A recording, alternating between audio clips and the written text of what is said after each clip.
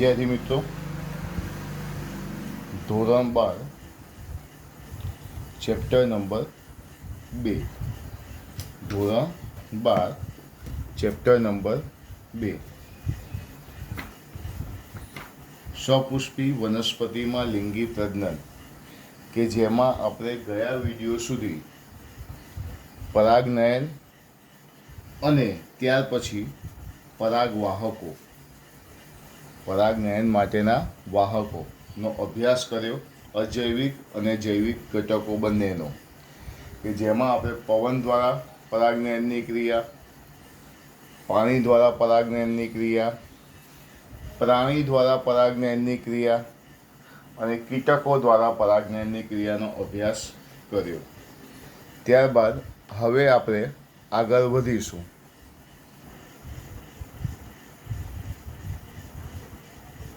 સૌથી પહેલાં આપણે જોઈશું બાહ્ય સંવર્ધન પ્રયુક્તિઓ. બાહ્ય સંવર્ધન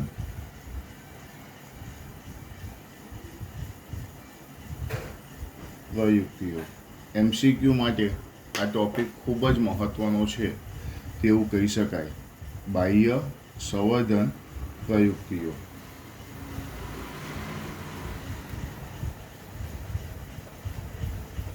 ઘણી સપુષ્પી વનસ્પતિ દ્વિલિંગી પુષ્પો ઉત્પન્ન કરે છે. ઘણી સપુષ્પી વનસ્પતિ, હું અહીંયા એવું લખું કે ઘણી સપુષ્પી વનસ્પતિઓ દ્વિલિંગી પુષ્પો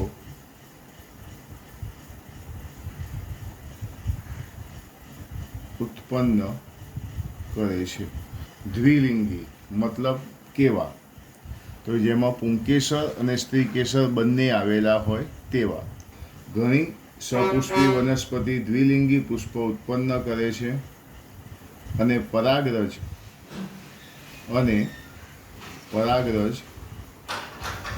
એ જ પુષ્પના પરાગાસનના સંપર્કમાં આવે છે. એ જ પુષ્પના પરાગાસનના સંપર્કમાં આવે છે.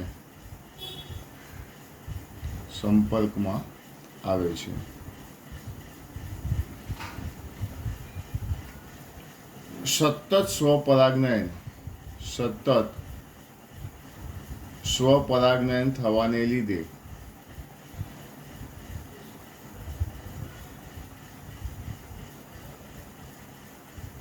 કારણ કે પરાગરજ જે છે એ જ પુષ્પના પરાગાસન પર આવશે, એટલે સતત સ્વપરાગનયન થવાને લીધે અંતઃસંવર્ધન દબાણ થાય છે. અંતઃસંવર્ધન દબાણ થાય છે. સતત સ્વપરાગનયન થવાને લીધે અંતઃસંવર્ધન દબાણ થાય છે. એટલે હું અહીંયા એવું લખી શકું કે સપુષ્પી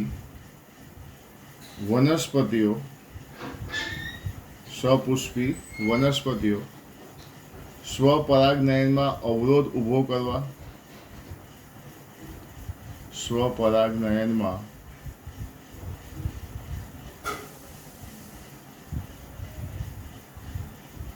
અવરોધ ઊભો કરવા અને પરપરાગનયનને ઉત્તેજન આપવા,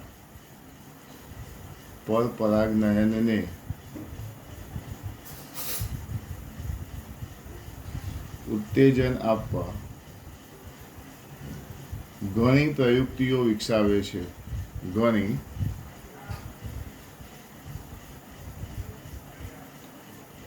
પ્રયુક્તિઓ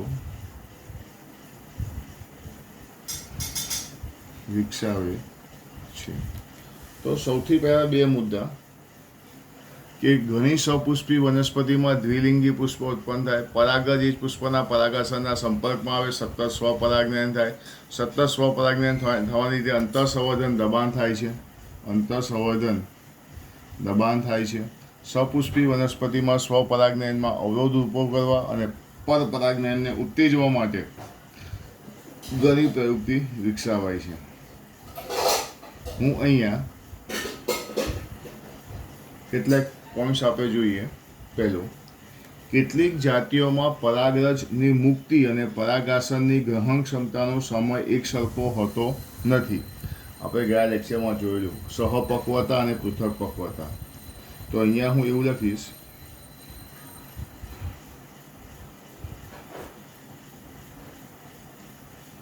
કેટલીક જાતિઓમાં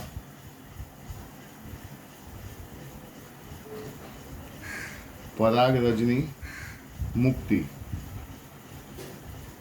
અને પરાગાસનની ગ્રહણ ક્ષમતાનો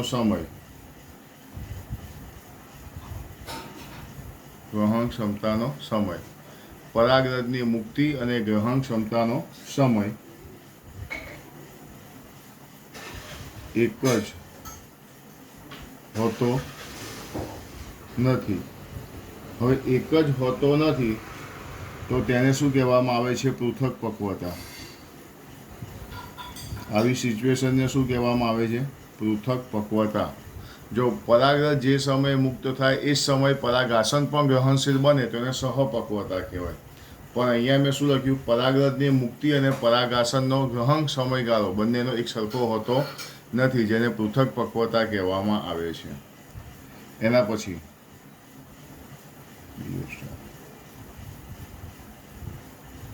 પરાગરજ મુક્ત થાય, પરાગરજ મુક્ત થાય તે પહેલા, પરાગરજ મુક્ત થાય તે પહેલા જ પરાગાસન ગ્રહણશીલ બને છે. પરાગાસન ગ્રહણશીલ બને છે, જેથી પરાગરજ હજી મુક્ત થઈ નથી તે પહેલાં પરાગાસન ગ્રહણશીલ બને છે, જેથી સ્વફલનની ક્રિયા અવરોધાય છે. જેથી સ્વફલનની ક્રિયા અવરોધાય છે. આવું દર્શાવતું જો કોઈ ઉદાહરણ હોય કે પરાગરજ મુક્ત થાય તે પહેલાં જ પરાગાસન શું થઈ જાય છે? ગ્રહણ સક્રિય બની જાય છે, સ્વફલનની ક્રિયા અવરોધાઈ જાય તેવું દર્શાવતું ઉદાહરણ આપણે લખવું હોય તો હવે સૂર્યમુખી. આવું શાની અંદર જોવા મળે છે? સૂર્યમુખીની અંદર જોવા મળે છે. એના પછી ત્રીજા નંબરની વસ્તુ ઉપરના જેવું જ પણ થોડું ડિફરન્સ. પરાગરજ મુક્ત થાય તે પહેલા પરાગાસન ગ્રહણશીલ બને છે. પરાગાસન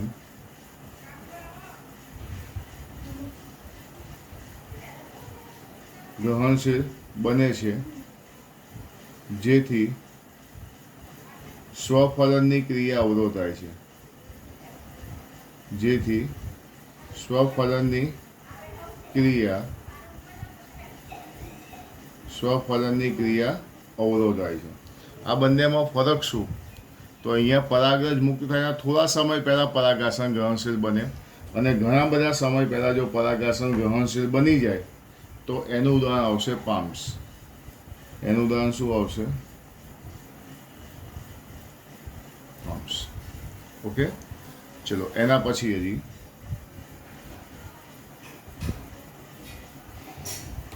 વનસ્પતિની કેટલીક જાતિઓમાં પરાગાશય અને પરાગાસન જુદા જુદા સ્થાનોએ આવેલા હોય છે. વનસ્પતિની કેટલીક જાતિઓમાં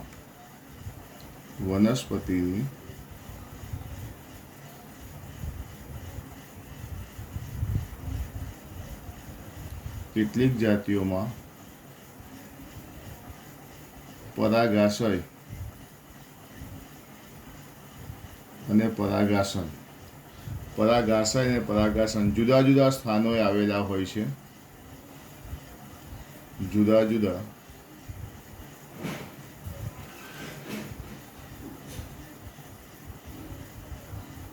સ્થાનોએ આવેલા હોય છે. આથી એક જ પુષ્પના પરાગાસનના સંપર્કમાં ક્યારેય પરાગરજ આવતી નથી. આથી એક જ પુષ્પના પરાગાસનના સંપર્કમાં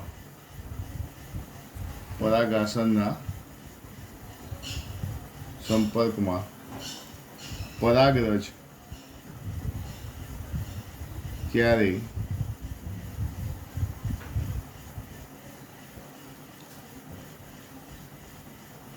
આવી શકતી નથી, જેથી સ્વફલનની ક્રિયા અવરોધાય છે.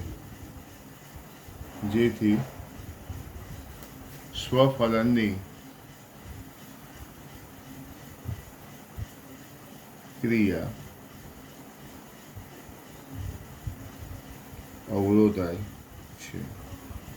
આનું ઉદાહરણ આપણે જોવું હોય તો આવે પ્રિમ્યુલા. કયું આવશે? પ્રિમ્યુલા. ફરીથી એકવાર જોજો કે ઘણી સપુષ્પી વનસ્પતિ દ્વિલિંગી પુષ્પો ઉત્પન્ન કરે છે.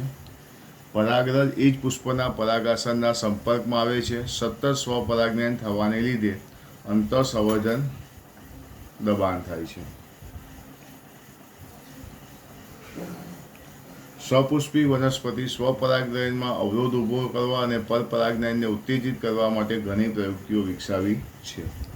સમજો કે કેટલીક જાતિ એવી છે જેમાં પરાગરજની મુક્તિ અને પરાગાસન બંનેની ગ્રહણ ક્ષમતા એક સાથે હોય તો સહપક્વતા, ન હોય તો પૃથક પક્વતા.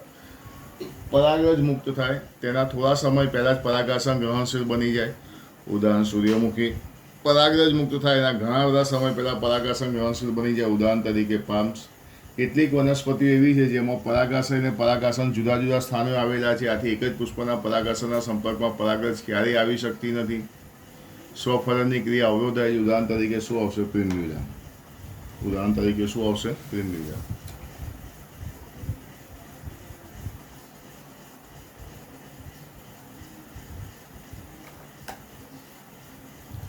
ત્યાર પછી આગળ વધીએ તો ત્રીજી પ્રયુક્તિ જે છે અંતઃસંવર્ધનને અટકાવે છે.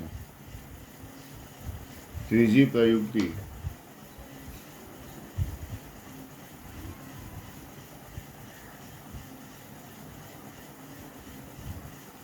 અંતઃસંવર્ધનને અટકાવે છે, જેને સ્વ અસંગતતા કહે છે. જેને સ્વ અસંગતતા કહેવાય છે. ઉદાહરણ તરીકે માલવા.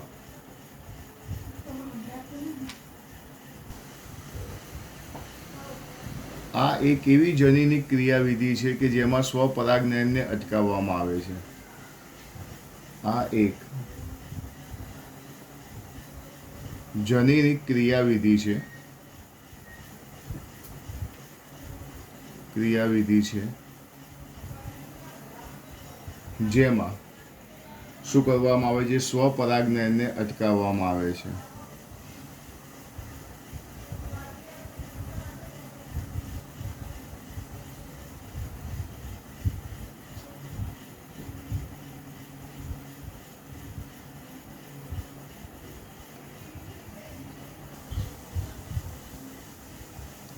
બીજી વસ્તુ કે સ્વપરાગનયન જે છે એને અટકાવવા માટે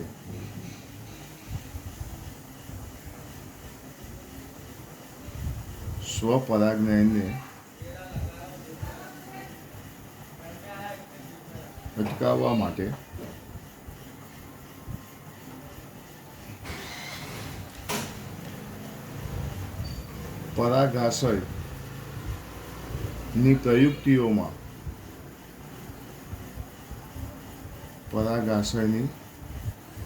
પ્રયુક્તિઓમાં માત્ર એકલિંગી પુષ્પો ઉત્પન્ન થાય છે. માત્ર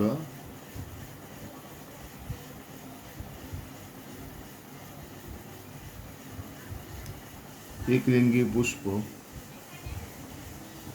ઉત્પન્ન કરે છે.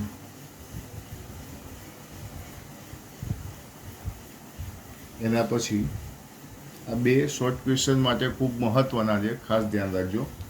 એકગૃહી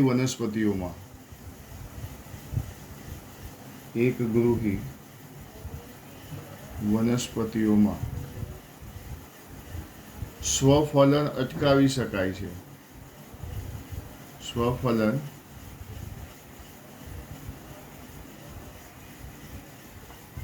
અટકાવી શકાય છે, પરંતુ ગેઇટેનોગેમી અટકાવી શકાતું નથી. ગેઇટેનોગેમી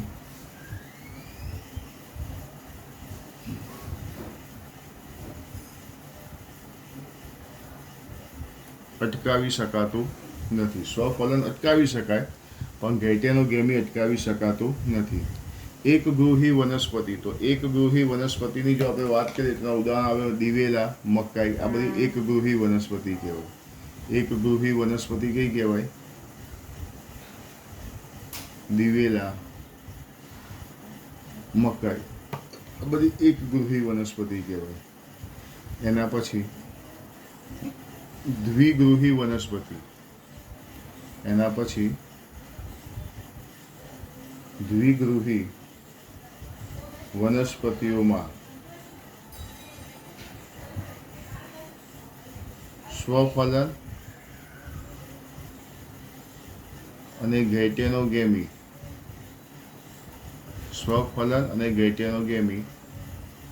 બંને અટકાવી શકાય છે.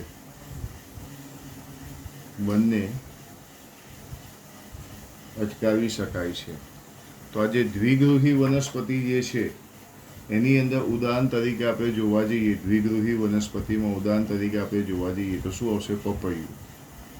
એમાં ઉદાહરણ તરીકે શું આવશે? પપૈયું. તો એક આ વસ્તુ ખાસ બધા ધ્યાન આપજો. આ તો બાહ્ય સંવર્ધનની પ્રયુક્તિઓ કે જેમાંથી શોર્ટ ક્વેશ્ચનની શક્યતા સૌથી વધારે પડતી રહે, એટલે ખાસ બધાએ જોવાનું છે. બરાબર છે? આ જે છે બાહ્ય સંવર્ધનની પ્રયુક્તિઓ. બરાબર છે? તો આ ટોપિક બધાને PDF સ્વરૂપે પણ મોકલ્યું છું અને ઓનલાઈન લેક્ચર્સની અંદર પણ જોઈશું આપણે. બરાબર છે? પણ બધાએ 2 થી 3 વાર વિડીયો જોઈને એમાંથી તમારે લખવાનું છે અને ચોપડીમાંથી પણ તમારે એકવાર વાંચવાનું છે. ઓકે?